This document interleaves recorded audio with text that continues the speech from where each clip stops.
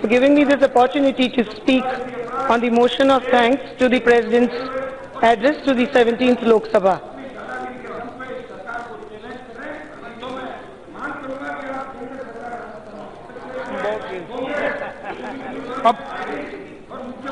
Nothing going on record, please. You can start now. Sir, today our country stands at an epic moment in our political history. Sir, the re-election of a political party with absolute majority. Sir, two of us cannot speak at the same time. Sir, I think I'll speak once the member concludes. Let the member conclude, sir. Thank you. Thank you, Chairman, sir, for giving me this opportunity to speak on the motion of thanks to the Honorable President's address in the 17th Lok Sabha. So today our country stands at an epic moment in the history of Indian politics. The re-election of a political party with absolute majority and an even larger mandate in the era of coalition governments. A victory that has transcended the borders of caste, region, religion and dialect. Sir, पहली बार इस देश के इतिहास में, और यहां मेरे पूर्व वक्ताओं ने भी ये बात रखी और हम सब ने कहीं इस बात की अनुभूति भी की कि स्वाभाविक रूप से पार्टी के कार्यकर्ता तो चुनाव लड़ते हैं, पर पहली बार इस देश में इस चुनाव के माध्यम से एक उदाहरण हम सब ने देखा कि इस देश के नागरिक वो रीजन से ऊपर उठ के, भाषा से ऊपर उठ के, ज्ञाति जातिवाद से, धर्मवाद से ऊपर उठ के इस चुनावी मैदान में अपनी जिम्मेवारी सोच के, समझ के इस चुनावी मैदान में भागरूप रहे और जो परिणाम हम सब ने देखा वो आज समग्र देश के सामने है। जब जनता इस चुनाव लड़ती है तो कैसे परिणाम शक्य कर सकती है, वो परिणाम हम सब ने इस देश में देखा। Sir, people of this country have reaffirmed their faith and future in the hands of our Honorable Prime Minister Shri Modi ji. An insurmountable faith that has made margins of victory unimaginable. Sir, if I was to speak in words of Benjamin Parker, and I quote, with great power comes great responsibility. Sir, कई लोग इसे बोझ के रूप में देखते हैं, कई लोग ये कहते हैं, देखते हैं अभी इतना बड़ा मैंडेट मिला है तो कैसे परफॉर्मेंस करेंगे, क्या लोगों को कैसे संतोष ये सरकार दे पाएगी। 2014 में भी ये बात बार बार इस देश पे हुई, इस सभा में हुई और 2014 से लेकर 19 तक जिस प्रकार का कार्य निष्ठा से, जिम्मेवारी के रूप में लोगों की आशा हो, अपेक्षा हो कि मुझे उन्हें न्याय देने का कार्य जिस प्रकार से हमारे प्रधानमंत्री के नेतृत्व में हुआ, उसी का एक कारण है कि जिम्मेवारी फिर से मजबूती से हमारे माननीय प्रधानमंत्री को समग्र देश के नागरिकों ने दी है। सर, इस विशाल जनादेश को हम बड़ी विनम्रता से स्वीकार कर और भी ज्यादा कार्यशीलता और निष्ठा से इस देश के हर एक नागरिक को उनका अधिकार पहुंचे, योजनाओं का लाभ पहुंचे, इसके लिए हम सब कटिबद्ध हैं। सर, ये जो विक्ट्री है, ये विक्ट्री कोई केवल भाषणों की, स्पीचेस के माध्यम से मिली हुई विक्ट्री नहीं है, केवल कागजी योजनाओं से मिली हुई विक्ट्री नहीं है।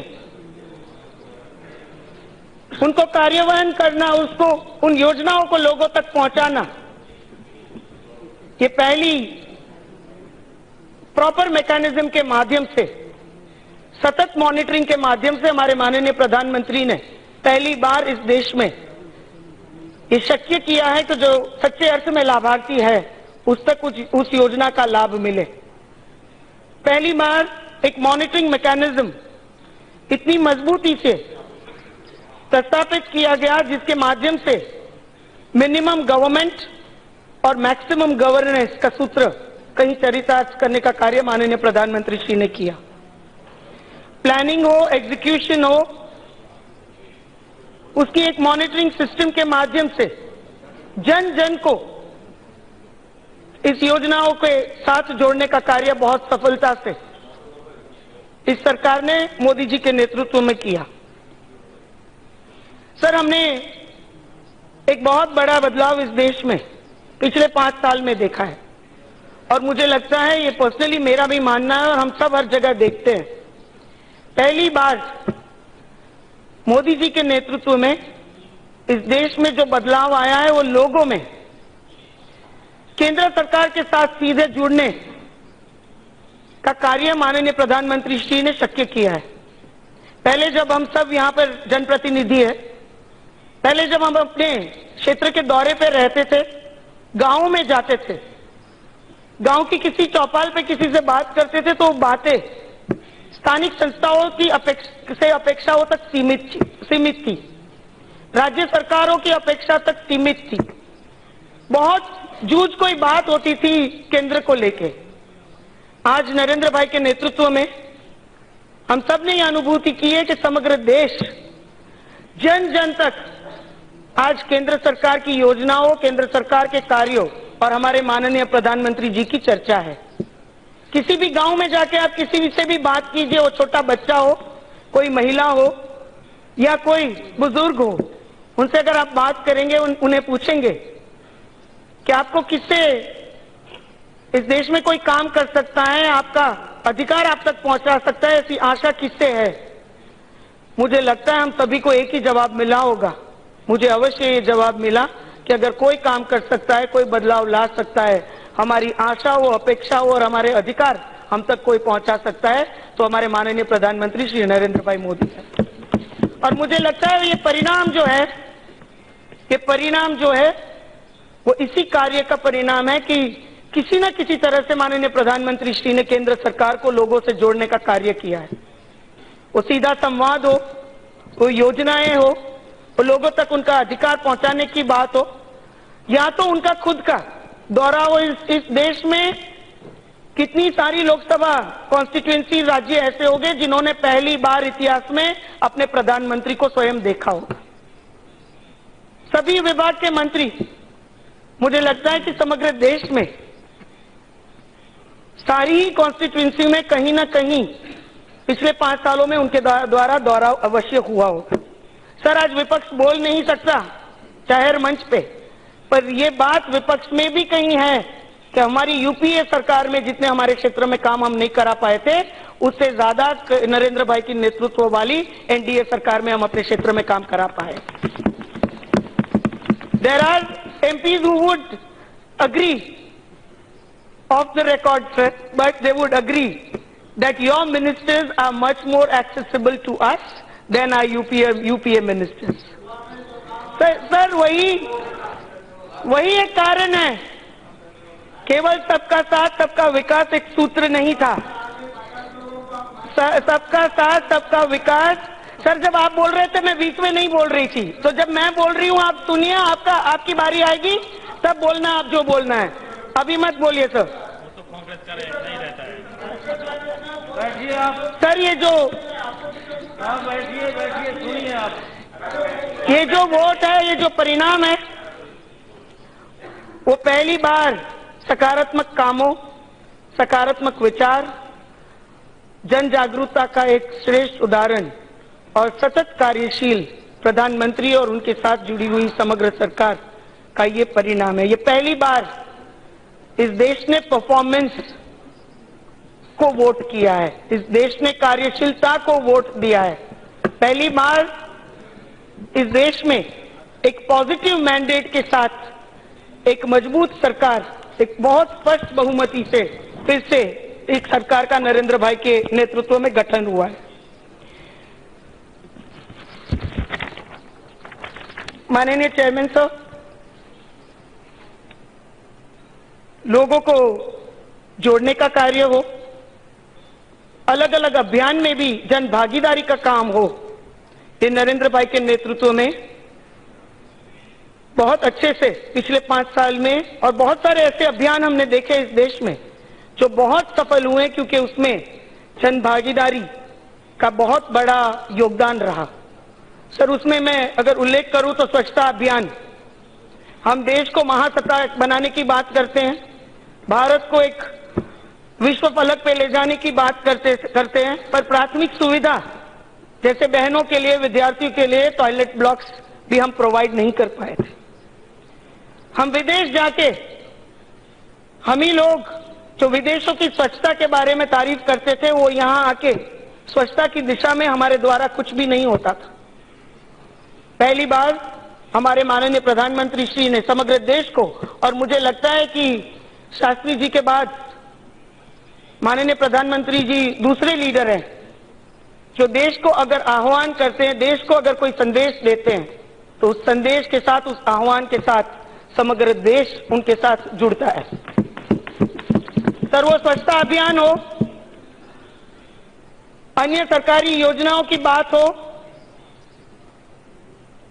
या तो उज्ज्वला योजना के लिए अपनी गैस सिलेंडर की सब्सिडी देने की बात हो, समग्र देश अपने व्यक्तिगत स्वार्थ से ऊपर आके देश हित के भावना के लिए, देश की प्रगति के लिए इस अभियानों में जुड़ा। और सर, आज हम देख सकते हैं कि स्वच्छता अभियान एक लोक आंदोलन का स्वरूप ले चुका है। जिस भी कार्यक्रम में हम सब जाते हैं, सर आई जस्ट स्टार्टेड, जिस भी कार्यक्रम में हम सब जाते हैं, उस कार्यक्रम में अगर कोई मुख्य थीम है तो वो स्वच्छता अभियान है। तो जन जागरूकता का काम जो हमारे माननीय प्रधानमंत्री श्री ने किया है, जो जन भागीदारी का कार्य हमारे माननीय प्रधानमंत्री श्री ने किया है, ऐसे भूतकाल में ऐसी जन भागीदारी हमारे देश ने कभी नहीं देखी। सर, पहले की परिस्थिति से पिछले 5 साल में इस देश की जनता को बहुत बड़ी रिस्पाइट मिली है। पहले एक ईरा था जहां पे headlines of the newspapers were decided by the magnitude of the corruption scandals. पहली बार इस देश ने ये बदलाव देखा। हमारे देश में इतना बड़ा चुनाव हुआ, हर चुनावी हमारे देश में जो मुद्दे होते थे वो मुद्दों से दूर हटके पहली बार इस देश ने चुनाव देखा। पहले हमारे मुद्दे होते थे करप्शन, स्कैंडल्स, इन्फ्लेशन। पहली बार, और हम सब ने ये बात कहीं अनुभूति भी की कि पहली बार विपक्ष के पास सरकार के विरुद्ध कोई ठोस मुद्दे नहीं थे, ठोस मुद्दों का अभाव था विपक्ष के पास।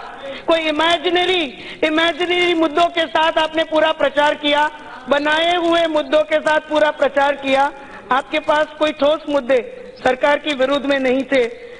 और चुनाव, भूतकाल के चुनाव जो पॉलिसी पैरालिसिस, भ्रष्टाचार, महंगाई पे लड़े जाते थे, और पहली बार वो चुनाव गुड गवर्नेंस के आधार पे लड़े गए। सर, 2-3 चीजें मेरे क्षेत्र को मैं ले लूं, फिर आई कंक्लूड सर। मेरे क्षेत्र का अगर मैं नहीं बोलूंगी तो अपने क्षेत्र को न्याय नहीं करूंगी सर। 2 ही मिनट सर। हाँ जी सर। सर, पहली बार इस देश ने एक बोल्ड लीडरशिप देखी, एक डिसीजन मेकर लीडर इस देश को मिला जिन्होंने कोई भी कंजर्वेटिव निर्णय से ऊपर उठ के, कोई भी पॉपुलिस्ट मेजर से, क्योंकि पहले भी चीजें तो बहुत पेंडिंग थी इस देश में, करना भी बहुत लोग शायद चाहते होंगे, पर सबको चुनाव बीच में दिखता था।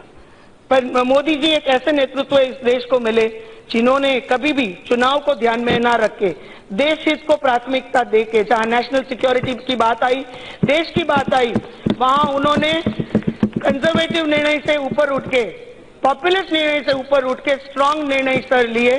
और पहली बार इस देश में जहां पे जनप्रतिनिधि की व्याख्या ये होती थी कि पहले खुद का विकास, खुद की प्रगति, फिर कहीं जाके पार्टी की प्रगति और उसके बाद देश आता था, पहली बार भारतीय जनता पार्टी का मूलभूत सूत्र नरेंद्र भाई के नेतृत्व में चरितार्थ हुआ। Nation first, party second and self last, ये सूत्र को चरितार्थ करने का कार्य हमारे माननीय प्रधानमंत्री श्री ने किया।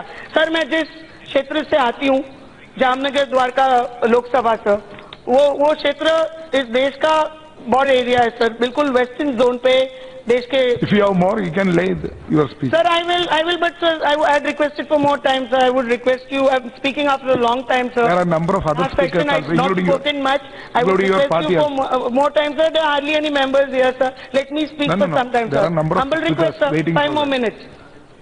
5. Yes, sir. Please, I'll conclude very quickly. Please, within I'm 2 going. minutes, I'm going towards conclusion, sir.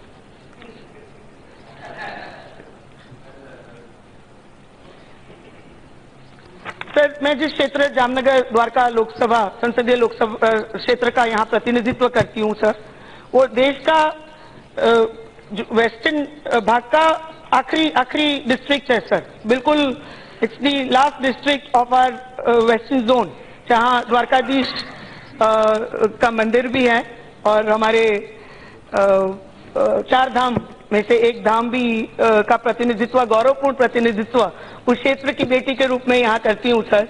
उस क्षेत्र के लोगों ने पिछले 5 साल में ये नहीं सोचा था कि हमारा जो इंफ्रास्ट्रक्चर है वो इंफ्रास्ट्रक्चर इतनी हद तक अपग्रेड हो पाएगा।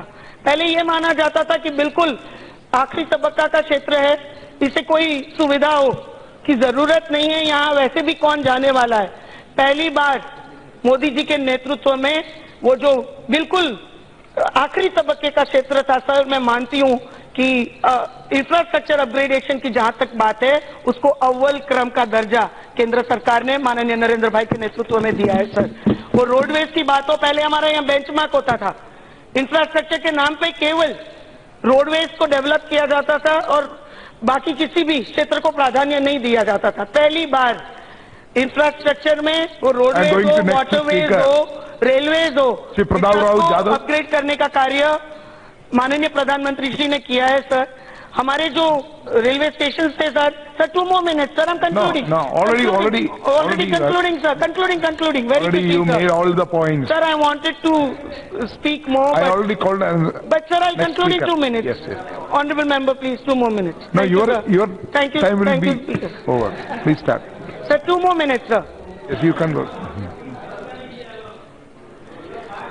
सर, पहली बार केंद्र इतनी मजबूती से जामनगर द्वारका क्षेत्र में पहुंची है sir.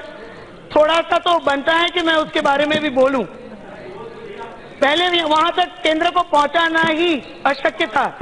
Yes. That's okay. Why are you worried?